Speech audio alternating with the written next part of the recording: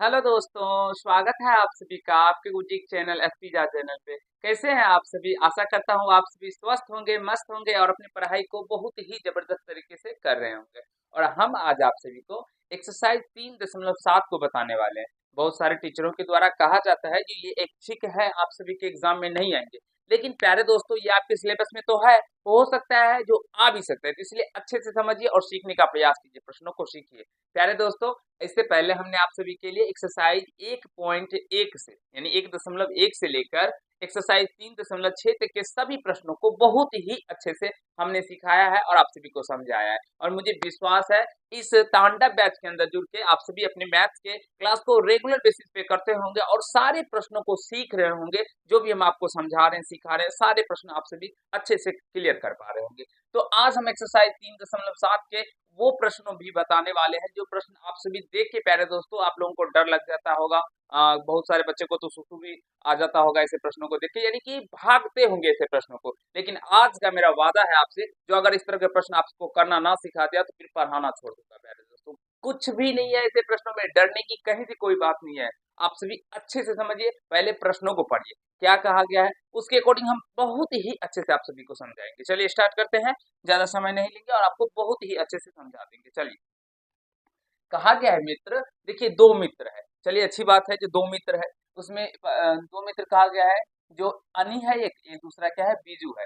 अनी और बीजू की आयु में 3 वर्ष का अंतर है, ये कहा गया। अब देखिए सबसे पहले ये लाइन जो है, अनी और बीजू की आयु में कितने वर्ष का अंतर है, तो 3 वर्ष का अंतर है। तो मुझे ना तो अनी की आयु पता है ना ही बीजू की आयु पता है, तो कोई बात नहीं, चलिए आगे पढ़ते हैं। उसके बाद कहा गया अनी के पिता धर्म की आयु अनी की आयु की दुगुनी है। प्यारे दोस्तों, अनी का पिता का नाम है धर्म और धर्म की जो आयु है वो अनी की आयु की दोगुनी है। अगर अनी की आयु 60 वर्ष होगा तो उसका पिता का आयु 120 वर्ष होगा, कहने का मतलब है। ठीक है, चलिए आगे पढ़ते हैं। और बीजू की आयु अपनी बहन कैथी की आयु, मतलब बीजू की जो आयु है वो अपनी बहन कैथी की आयु की दोगुनी है। कैथी की आयु जो भी होगा, मान लीजिए कैथी की आयु 30 होगा तो बीजू की आयु 60 वर्ष होगा, या बीजू की आयु 80 वर्ष होगा तो कैथी की आयु क्या हो जाएगा, 40 वर्ष होगा, इस तरह से। और कैथी और धर्म की आयु का अंतर 30 वर्ष है। अनी और बीजू की आयु ज्ञात कीजिए। प्यारे दोस्तों, कुछ भी नहीं समझ में आया, मुझे भी कुछ नहीं समझ में आया। देखिए कैसे बनाना है इस प्रश्न को और फिर से समझाएंगे, ठीक है। देखिए, समझने का प्रयास कीजिएगा, अच्छे समझ लेंगे। मान लेते हैं सबसे पहले, माना माना कि अनी अनी की आयु x वर्ष। ठीक है भाइयों, मान लिए हम, जब माना कि, एक सेकेंड पहले दोस्तों देख लेते हैं सारे क्वेश्चन, एक बार लिखा हुआ है ना अच्छे से आप लोगों को। हाँ चलिए, 4 तक तो लिखा है, 4 तक ही बता दें। चलिए, माना कि अनी की आयु x वर्ष है तथा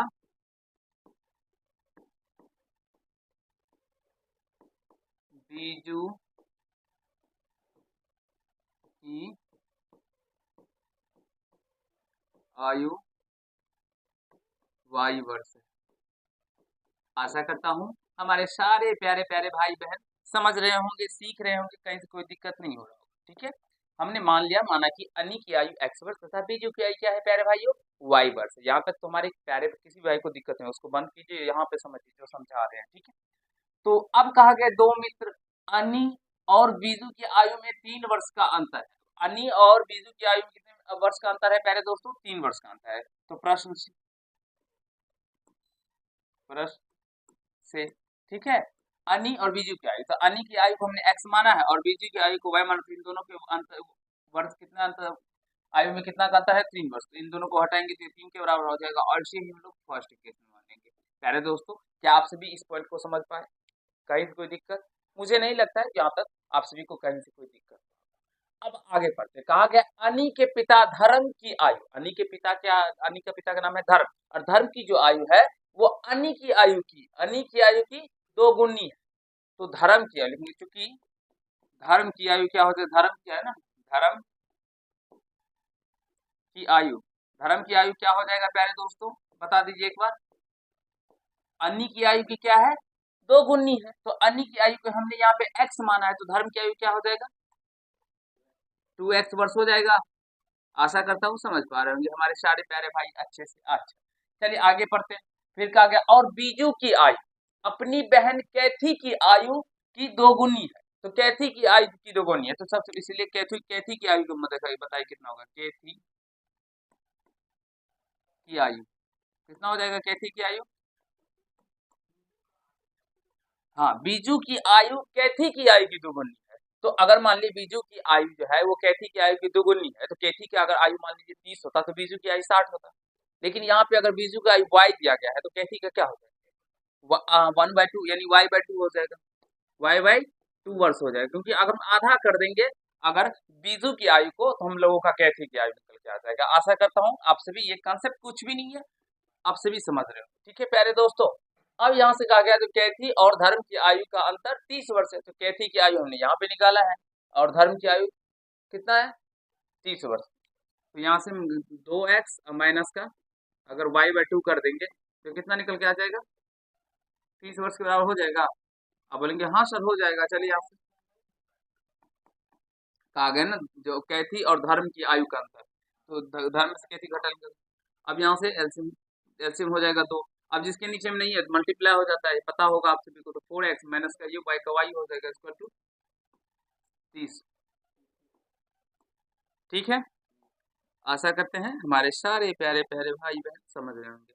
तो यहाँ से ये क्या हो जाएगा 4x माइनस का y इक्वल टू 60, ये 2 से इधर गुना हो जाएगा। इसे समीकरण सेकेंड मान लेंगे। ठीक है, कोई दिक्कत।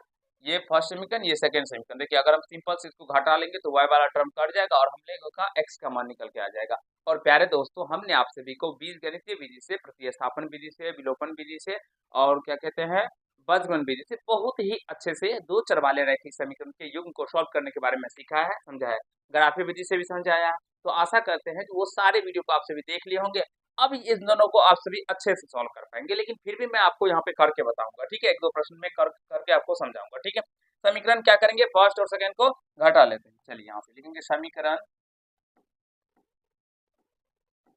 समीकरण फर्स्ट में से समीकरण सेकंड को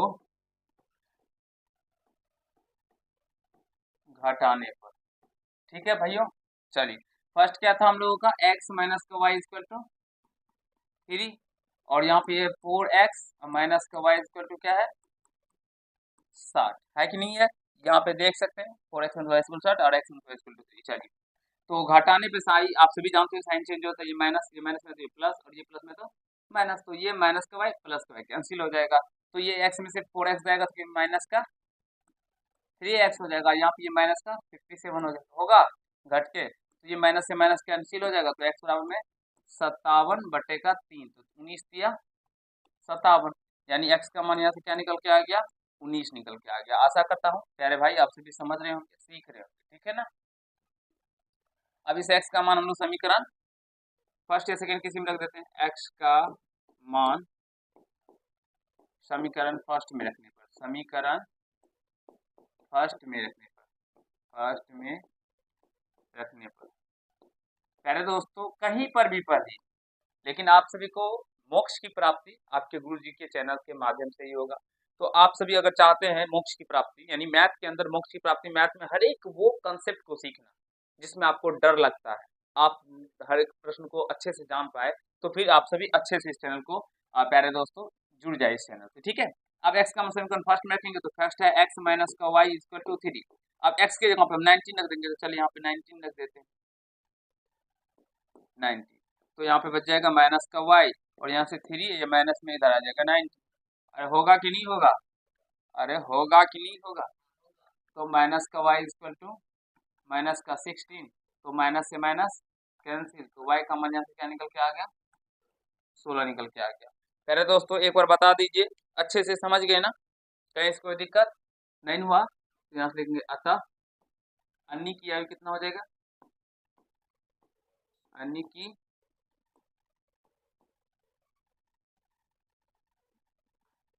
आयु क्या हो जाएगा अनि की आयु x का मान 19 वर्ष है ना, तो 19 वर्ष तथा बीजू की आयु, और बीजू की आयु क्या हो जाएगा। आशा करता हूँ प्यारे भाई आप सभी अच्छे से समझ गए होंगे ऐसे प्रश्नों को करने के बारे में।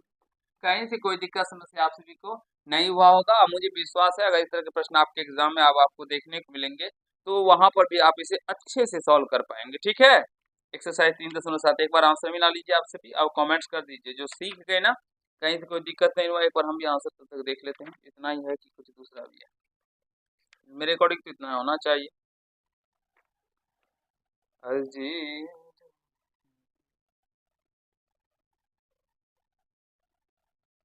हाँ चलिए, इतना ही है प्यारे दोस्तों, कहीं से कोई दिक्कत समस्या नहीं हुआ होगा आप सभी को। ठीक है, जब उल्टा मानिएगा तो थोड़ा सा इसका मान चेंज भी हो सकता है। हाँ, जब अनि का एक्स मानिएगा और प्यारे दोस्तों बीजू की आयु को x+3 मान के बनाइएगा, तो वहाँ पे जो है ना वो अनि की आयु x वर्ष और बीजू की आयु x+3 यानी कि 24 वर्ष तक निकल के आ जाएगा। ठीक है, उस तरह से भी बना सकते हैं, कहीं से कोई दिक्कत नहीं होगा। तो ये भी एग्जैक्टली सही है, कहीं से कोई दिक्कत नहीं हुआ होगा, आप सभी को समझ गए होंगे, सीख लिए होंगे। प्यारे भाई फटाफट बता दीजिए क्या समझ रहे हैं ना, कहीं से कोई दिक्कत नहीं रहा।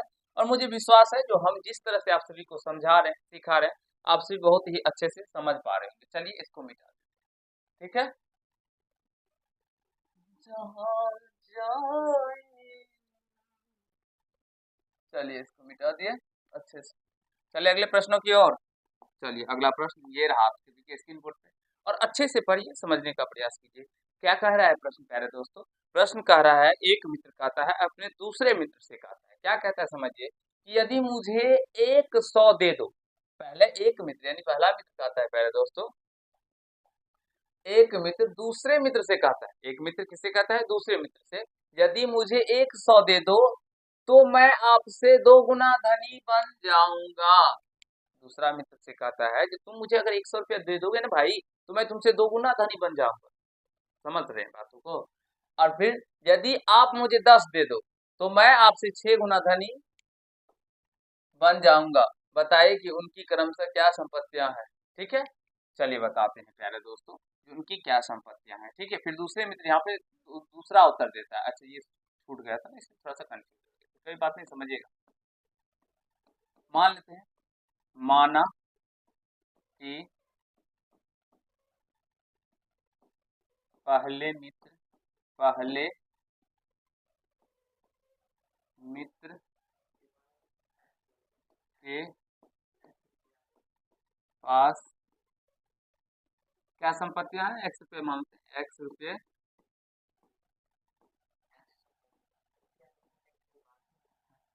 तथा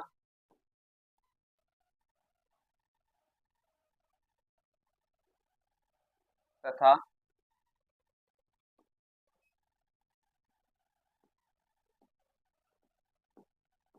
दूसरे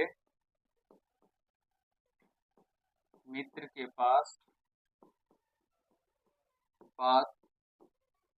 y रुपया है।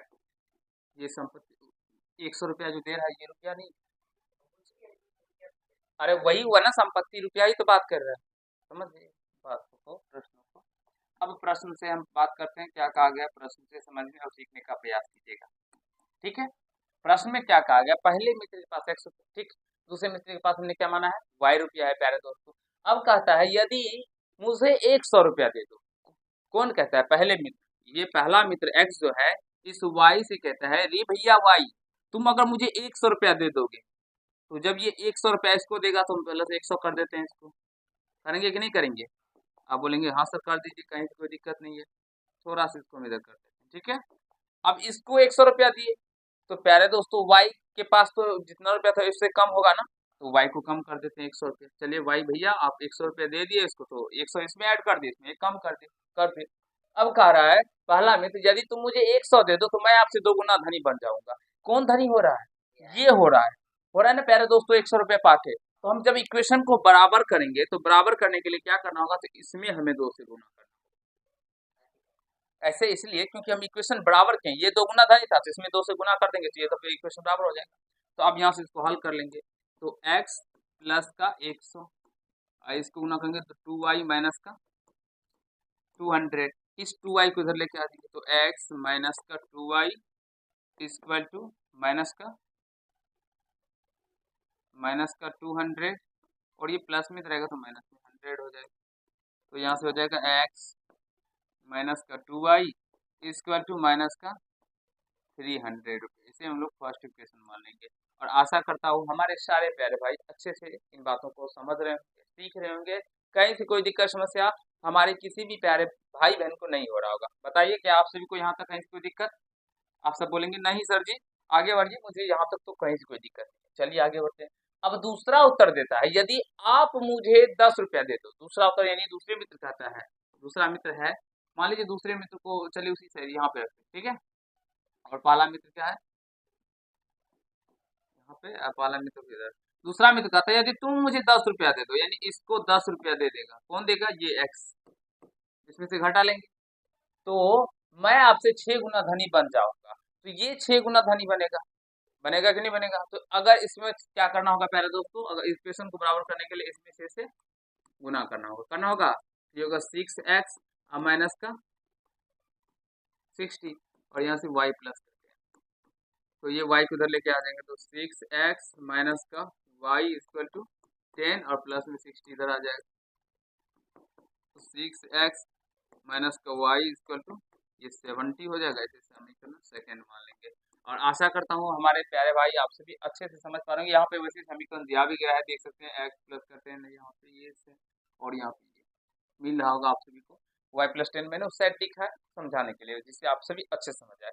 तो प्यारे दोस्तों अब हम लोग क्या करते हैं, यहाँ पे x माइनस का 2 है, यहाँ पे 6x माइनस का y है ना। तो इक्वेशन बराबर करने के लिए इसमें हम 2 से अगर गुना कर देंगे तो ये 2y हो जाएगा।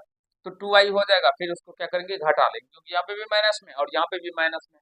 तो ये विलोपन विधि हमने बहुत ही अच्छे से समझाया है, पीछे के पार्ट्सों में जाके देखिएगा, बहुत अच्छे से क्लियर होगा, कहीं से कोई प्रॉब्लम नहीं होगा। इसलिए समीकरण फर्स्ट में से समीकरण सेकंड में 2 से गुना करके घटा देते हैं, ठीक है। तो उसी बात को लिखेंगे यहाँ पे, समीकरण सेकंड में 2 से गुना कर समीकरण फर्स्ट में से घटाना।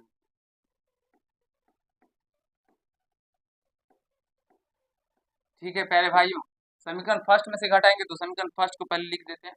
तो x माइनस का 2y, तो x माइनस का 2y इक्वल टू माइनस का 300। अब सेकेंड में 2 से गुना करेंगे, सेकेंड क्या है 6x माइनस का y, तो 6x मतलब 2 से गुना करेंगे तो ये 12x माइनस का 2y इक्वल टू 70 है, 70 है। तो इसको गुना करेंगे तो 140 हो जाएगा प्लस का। अब यहाँ से साइन चेंज कर देंगे। चलिए यहाँ पे भी माइनस, यहाँ माइनस है तो प्लस, यहाँ पे माइनस।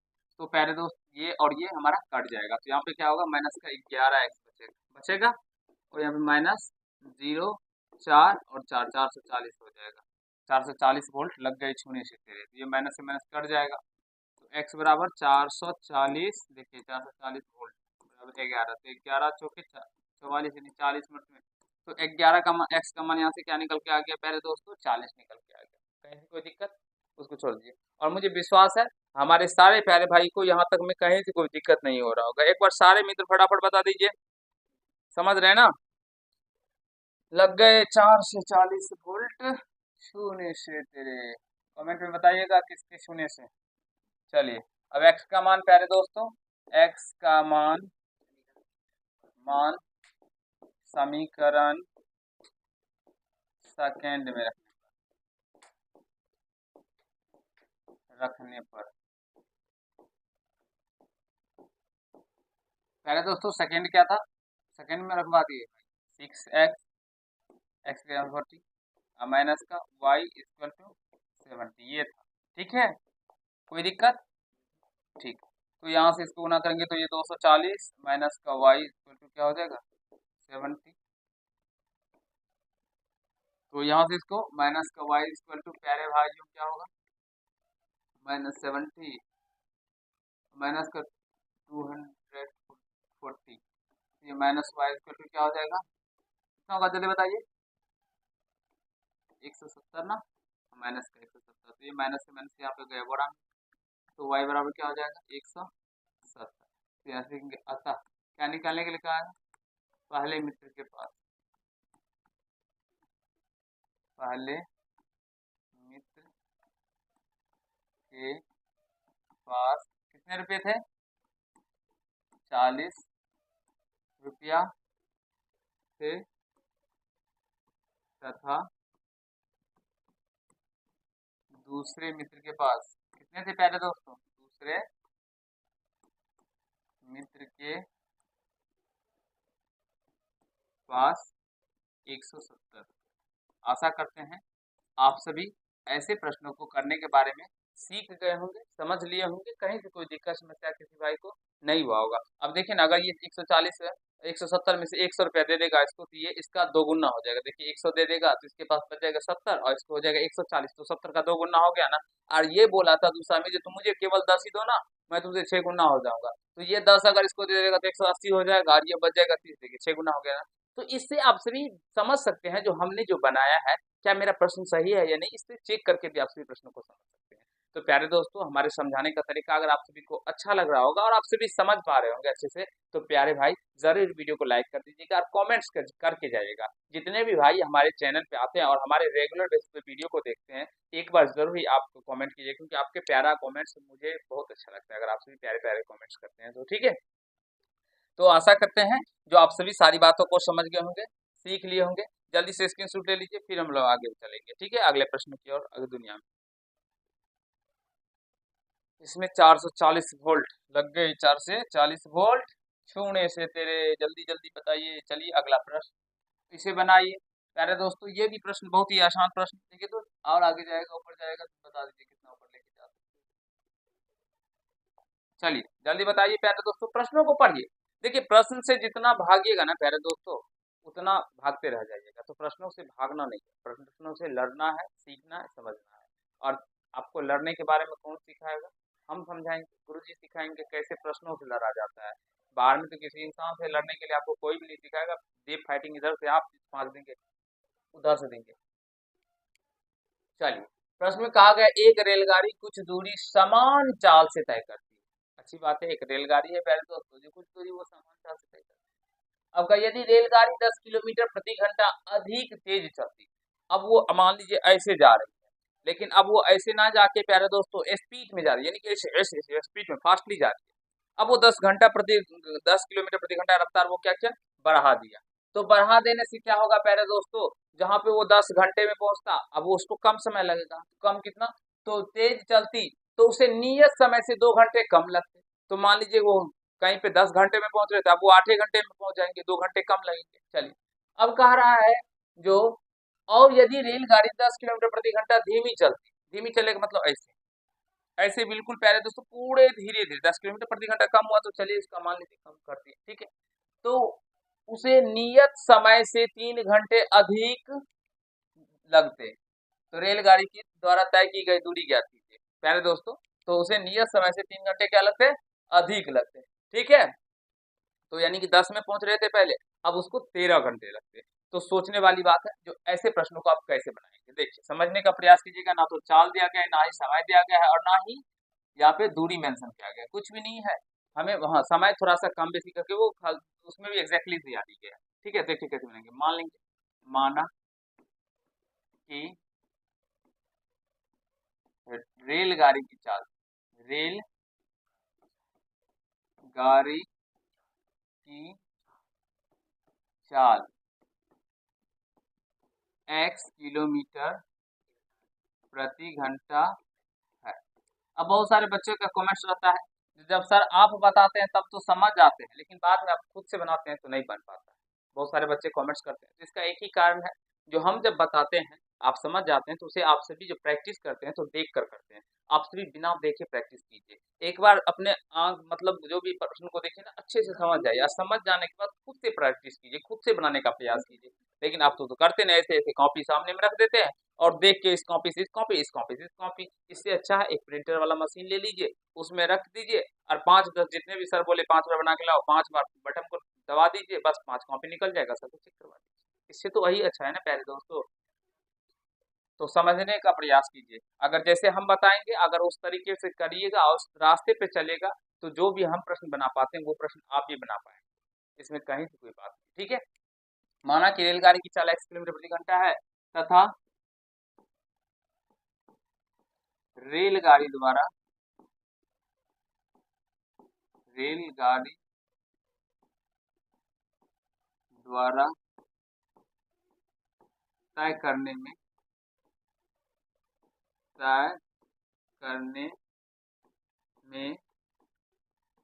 लगा समय y घंटा है। ठीक है पहले दोस्त, तथा रेलगाड़ी द्वारा तय करने में समय कितना है, y घंटा है। अब हम अगर आप सभी से पूछे जो प्यारे दोस्तों दूरी बराबर क्या होता है, तो आप सभी क्या बोलेंगे, ये फॉर्मूला सर मुझे पता ही नहीं है, बचपन में पढ़ा था वो भी भूल गया। तो लिख लीजिएगा 4 गुना समय। दूरी बराबर क्या होता है प्यारे दोस्तों, 4 गुना समय, क्योंकि चाल बराबर क्या होता है, दूरी बटे समय। ये याद रखिएगा, बहुत ही ज्यादा इंपॉर्टेंट फॉर्मूला है, आपका काम आएगा। ठीक है, तो यहाँ से ये हो गया। तो इसीलिए रेलगाड़ी द्वारा तय दूरी कितना होगा, इसीलिए रेलगाड़ी द्वारा तय दूरी, रेलगाड़ी द्वारा तय दूरी कितना होगा पहले दोस्तों बताइए। दूरी बराबर क्या बताए, 4 गुना समय, x किलोमीटर प्रति घंटा है और उस समय y लग रहा है तो y एक्स वाई हो जाएगा, होगा, यानी चलो समय कितना हो जाएगा x y kilometre. I hope प्यारे दोस्तों आप सभी समझ होंगे। अब प्रश्न से क्या कह रहा है, चलिए समझिए। प्रश्न से कह रहा है कि एक रेलगाड़ी कुल दूरी समांतर चलती, यदि वो 10 किलोमीटर प्रति घंटा अधिक तेज चलती तो उसे नियत समय से 2 घंटे कम लगते, नियत समय से 2 घंटे कम लगते। अब चाल को क्या किया गया है प्यारे दोस्तों, बढ़ा दिया गया, यानी पहले x था अब बढ़ा देंगे तो ये x प्लस 10 हो गया, तो 2 घंटे कम लग रहे हैं ना उसी दूरी को कवर करने के लिए। तो कितना दूरी को, एक्स वाई दूरी को ही कवर करने के लिए कितना, अब वो x प्लस 10 की स्पीड से जा रहा है तो 2 घंटे कम, यानी कि पहले y लग रहा था तो अब ये y माइनस का 2 होगा, तो एक्स वाई के बराबर होगा कि नहीं, क्योंकि इसी दूरी को वो इस स्पीड से जा रहे हैं, इतने घंटे में जा रहे हैं, कवर कर रहे हैं, तो इसके बराबर हो जाएगा। समझ गए, चलिए अब इसको हल करते हैं। तो x को y से गुना करेंगे तो क्या हो जाएगा, एक्स वाई, फिर x को 2 से तो माइनस का 2x, फिर इसको गुना करेंगे तो ये प्लस का 10y और ये माइनस का 20 इक्वल टू एक्स वाई। तो यहाँ से प्लस में एक्स वाई और ये माइनस में एक्स वाई, सो एक्स वाई कैंसिल हो जाएगा, तो माइनस का 2x प्लस का 10y इक्वल टू, ये माइनस में चला जाएगा प्लस में हो जाएगा, प्लस का 20, इसे हम लोग फर्स्ट इक्वेशन मान लेंगे। और आशा करता हूँ आप सभी समझ गए होंगे, सीख लिए होंगे। पहले दोस्तों कुछ भी नहीं है, थोड़ा सा कंसेप्ट है, दूरी तो यहाँ पे जितना क्योंकि 4 गुना समय क्या होगा, दूरी होगा, तो दूरी को वही बराबर हमने कर दिया जो दूरी था हम लोगों को निकाले थे। ठीक है, आशा करते हैं समझ पा रहे होंगे। ठीक है प्यारे भाई, चलिए इसको आगे चलते हैं, इसको मिटाते हैं। था क्या कहा गया है आगे, कहा गया है यदि रेलगाड़ी 10 किलोमीटर प्रति घंटा धीमी चलती, यानी पहले x था अब वो धीमी चलेगा तो x माइनस का 10, तो 3 घंटे अधिक लगते, यानी y प्लस का, पहले y लग रहा तो 3, तो y प्लस का 3 इक्वल टू क्या हो जाएगा दोस्तों, दूरी वही होगा ना x y के बराबर हो जाएगा। फिर यहाँ से भी इसको गुना करिएगा तो x को y से गुना करने पर एक्स वाई, फिर इसको 3 से गुना कीजिएगा तो 3x माइनस का 10y और ये माइनस का 30 इक्वल टू एक्स वाई। तो ये एक्स वाई से एक्स वाई पहले दोस्तों कैंसिल हो जाएगा, 3x माइनस का 10y और ये माइनस में 30 जाएगा तो प्लस में 30 हो जाएगा, और इसे हम लोग समीकरण सेकेंड मान लेंगे। आशा करता हूँ हमारे प्यारे भाई भाई आप सभी को यहाँ तक समझने में कहीं से कोई दिक्कत समस्या नहीं हुआ होगा, अच्छे से समझ पा रहे होंगे, सीख रहे होंगे, कहीं से कोई दिक्कत समस्या किसी भी प्यारे भाई को नहीं हुआ होगा। एक और फटाफट सारे मित्र बता दीजिए, कमेंट्स कर दीजिए जो भी प्रश्न को समझा रहे हैं आप सभी समझ रहे हैं ना, दिक्कत नहीं आ रही है, मुझे विश्वास है। अब देखिए y वाला टर्म बराबर है, ये प्लस में माइनस में, सिंपली समीकरण फर्स्ट सेकंड को जोड़ दीजिए, निकल के आ जाएगा समीकरण। ऐसे लिखिएगा दोस्तों, फर्स्ट में नहीं तो नंबर कट जाएगा, समीकरण सेकंड को जोड़ने पर, ठीक है प्यारे दोस्तों, जोड़ने पर। तो समीकरण फर्स्ट क्या है ये देखिए, माइनस का 2x प्लस का 10y, माइनस का 2x प्लस का 10y इक्वल टू कितना था 20 ना, ये देखिए 20, 3x माइनस का 10y equal to 30, 3x minus का 10y इक्वल टू क्या है 30, चलिए 30। चलिए इसको जोड़ते हैं पहले दोस्तों,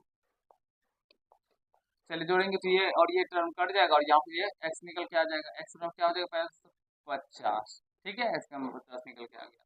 अब यहाँ से x का मान पहले दोस्तों रख देंगे समीकरण किसी में, x का मान समीकरण फर्स्ट में रख देते हैं, फर्स्ट में रखने पर, ठीक है, फर्स्ट क्या है दोस्तों माइनस का 2x, x का मान 50 प्लस का 10y इक्वल टू 20। आशा करता हूँ किसी भी भाई को दिक्कत नहीं होगा, तो यहाँ से माइनस का 100 हो जाएगा प्लस का 10y इक्वल टू 20, ठीक है। अब इस माइनस का 100 माइनस का 100 को हम इधर लेके आ जाएंगे, तो 10y बराबर में क्या हो जाएगा, ये प्लस का 20 ये इधर आ जाएगा तो प्लस में 100 हो जाएगा।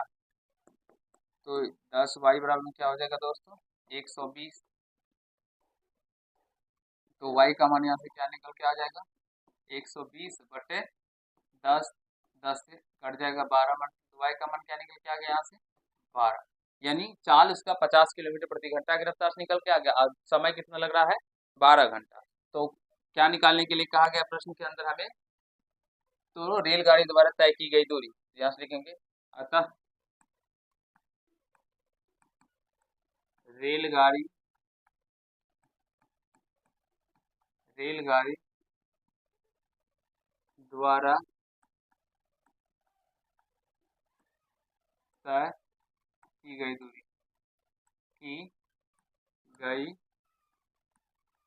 क्या हो जाएगा पहले दोस्तों एक्स वाई ना, तो 50 गुना 12 किलोमीटर, तो 12 पंचे 60 यानी 600 किलोमीटर निकल के आ जाएगा।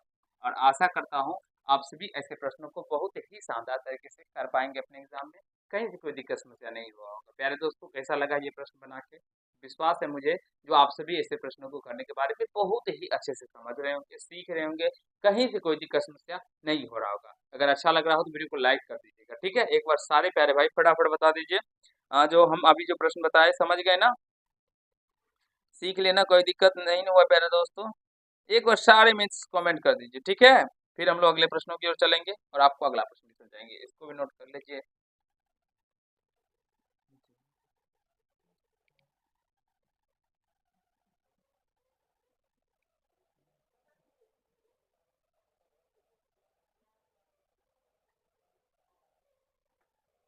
चलिए प्यारे दोस्तों अगले प्रश्नों की ओर चलेंगे। क्या हुआ,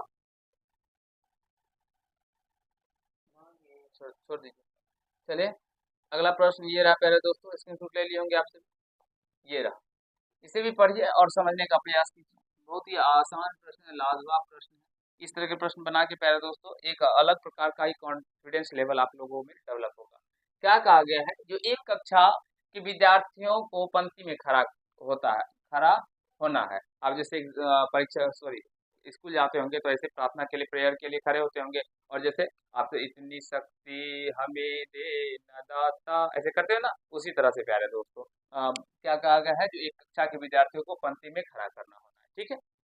उसी प्रकार खड़ा हो गया, कहा गया यदि पंक्ति में 3 विद्यार्थी अधिक होते, पंक्ति में प्यारे दोस्तों 3 विद्यार्थी कितना होता अधिक होता, तो एक पंक्ति कम होती, तो एक पंक्ति कम होती। मान लीजिए प्यारे दोस्तों समझने का प्रयास कीजिए, एक पंक्ति, दो पंक्ति, तीन पंक्ति, इस तरह से अगर लगा, तो अगर 3 विद्यार्थी प्रत्येक पंक्ति में अधिक होता होता ना, तो एक पंक्ति कम हो जाती। इस तरह से समझने का प्रयास कीजिएगा। यदि पंक्ति में 3 विद्यार्थी कम होते, तो प्यारे दोस्तों 2 पंक्तियां अधिक बनती, तो कक्षा में विद्यार्थियों की संख्या ज्ञात कीजिए। समझने का प्रयास कीजिएगा कैसे बनेगा। मान लेते हैं, माना कि पंक्ति की संख्या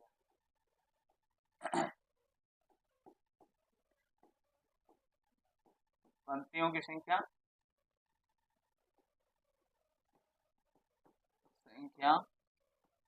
x तथा प्रत्येक पंक्ति में विद्यार्थियों की संख्या। Oh my God. एक पंक्ति में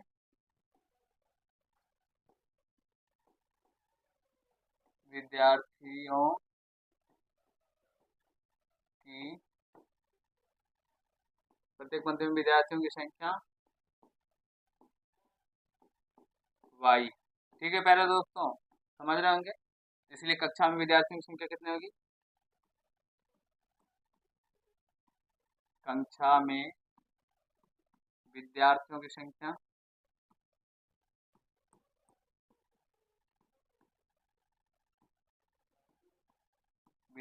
संख्या क्या हो जाएगा प्यारे दोस्तों? जितने पंक्ति है और जितने कुल प्रत्येक पंक्ति में विद्यार्थी, अगर 5 पंक्ति है और एक पंक्ति में 4 विद्यार्थी तो गुना कर दे 500 का 20। इसी तरह x पंक्ति है y विद्यार्थी प्रत्येक पंक्ति में, तो xy हो जाएगा। होगा कि नहीं होगा? तो बोलेंगे हाँ सर हो जाएगा, इसमें तो कहीं से कोई बात नहीं। हम बोलेंगे चलिए आगे चलते हैं, तो बोलेंगे चलिए सर आगे चलिए। देखिए अब कहा गया है जो प्यारे प्रत्येक पंक्ति में 3 विद्यार्थी अधिक होते, प्रत्येक पंक्ति में 3 विद्यार्थी अधिक होते तो एक पंक्ति कम होती, यानी कि एक पंक्ति की संख्या x है, अगर इसमें से एक कम कर देंगे और विद्यार्थी की संख्या कितना होगा प्यारे दोस्त? 3 अधिक होते यानी बढ़ा देंगे, तो ये किसके बराबर होगा? कुल विद्यार्थियों की संख्या के बराबर होगा कि नहीं होगा?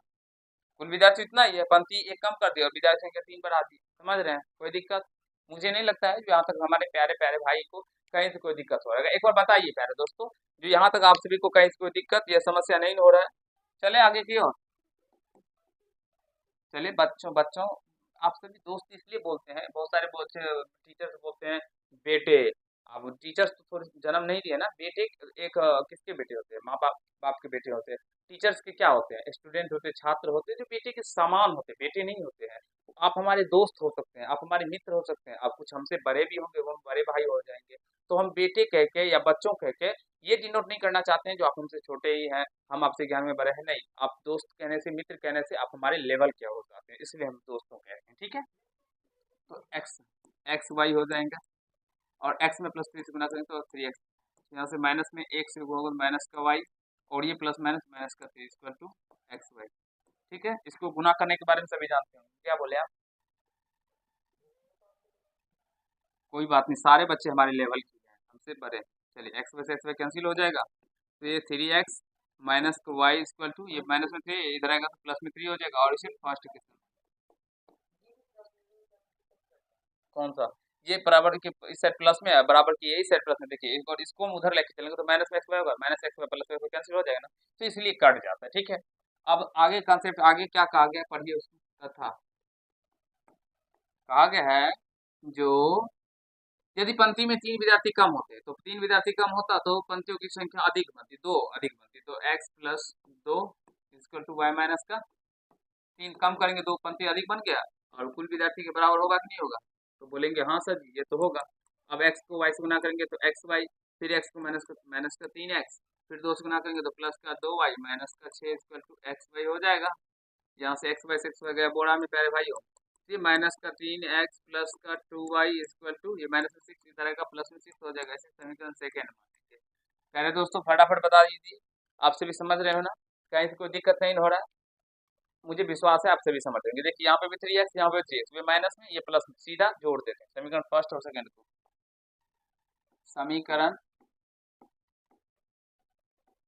फर्स्ट एवं समीकरण सेकेंड को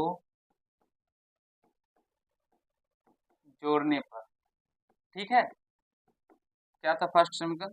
3x minus Y equal to 3 और माइनस का 3x प्लस का 2y इक्वल टू 6, यही है ना? एक बार बताइए सारे प्यारे दोस्तों। हाँ, माइनस का 3x प्लस का 2y इक्वल टू 6, तो ये और ये कैंसिल हो जाएगा प्यारे दोस्तों, यहाँ से प्लस का y इक्वल टू 9 हो जाएगा, तो y का मान 9 निकल के आ गया। ठीक है, देखेंगे y का मान समीकरण किसमें रख दें, फर्स्ट में रखें।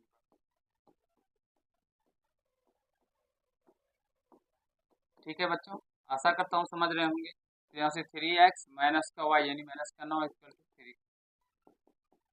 3x इक्वल टू 3 माइनस में 9 इधर आएगा, प्लस में 9 हो जाएगा। तो 3x इक्वल टू 12 हो जाएगा और x का मान यहाँ से निकल जाएगा। क्या निकल के आ जाएगा, 12/3, 3 4 12, 3 चौके 12, x का मान क्या निकल के आ जाएगा 4। यहाँ से अतः कक्षा में विद्यार्थियों की संख्या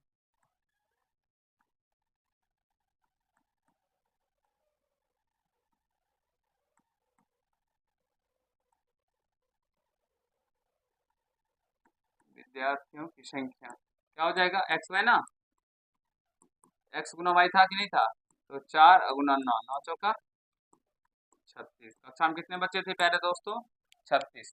आशा करता हूँ आप सभी समझ गए होंगे, सीख लिए होंगे, कहीं से कोई दिक्कत समस्या किसी भी प्यारे भाई को नहीं हुआ होगा, अच्छे से ऐसे प्रश्नों को करने के बारे में सीख गए होंगे। प्यारे दोस्तों मुझे विश्वास है जो आज मैंने आप सभी को क्वेश्चन 4 तक बताए हैं, क्वेश्चन नंबर 1 नंबर से लेकर क्वेश्चन नंबर 4 तक, ये चारों प्रश्न बहुत ही ज्यादा इंपॉर्टेंट थे और ये बार बार पूछे भी जाते हैं आपके एग्जाम में इस तरह के प्रश्न। तो ठीक है, आशा करता हूँ जो आप सभी इस तरह के क्वेश्चन अगर एग्जाम में आएंगे तो आप सभी वहां पे कर पाएंगे और अच्छे से इसे बना पाएंगे। तो अगर आप सभी को अच्छा लगा होगा वीडियो और समझ में आ गया होगा ऐसे प्रश्नों को कैसे बनाया जाता है और अच्छे से सीख गए होंगे, तो वीडियो को लाइक कर दीजिएगा।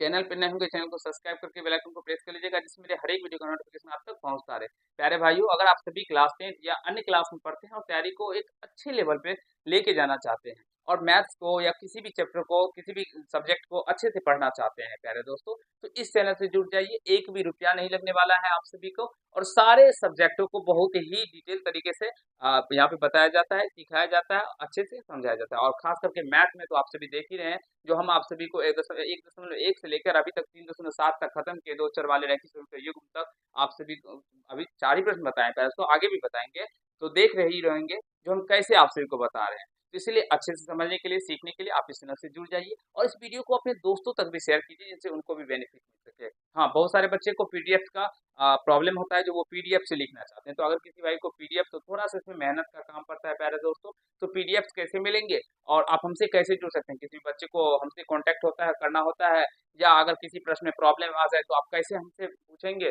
उसके लिए हम आप सभी को अपना नंबर शेयर किए हैं। तो उसके लिए आप सभी को हमने एक वीडियो बना रखा है पहले से ही, ऑलरेडी प्लेलिस्ट में मिल जाएगा आप सभी को, पीडीएफ कैसे मिलेंगे या पीडीएफ से नोट्स कैसे मिलेंगे, गुरुजी से कैसे बात करेंगे, तो उसके लिए कुछ क्राइटेरिया है, उस क्राइटेरिया को फॉलो कीजिए, आपको वो रेगुलर वीडियो पर यानी कि आप सभी हमसे बात भी कर सकते हैं, मिल भी सकते हैं और संडे को हम आप सभी से लाइव आके मिलते भी है और पर्सनली जो भी बच्चे उस नंबर से जो प्रोसेस होता है उसको फॉलो करके हमसे जुड़ते हैं, हम उनसे वीडियो कॉल पे बात भी करते हैं। चलिए मिलते हैं नेक्स्ट पार्ट में, खुश रहिएगा, मस्त रहिएगा, धन्यवाद।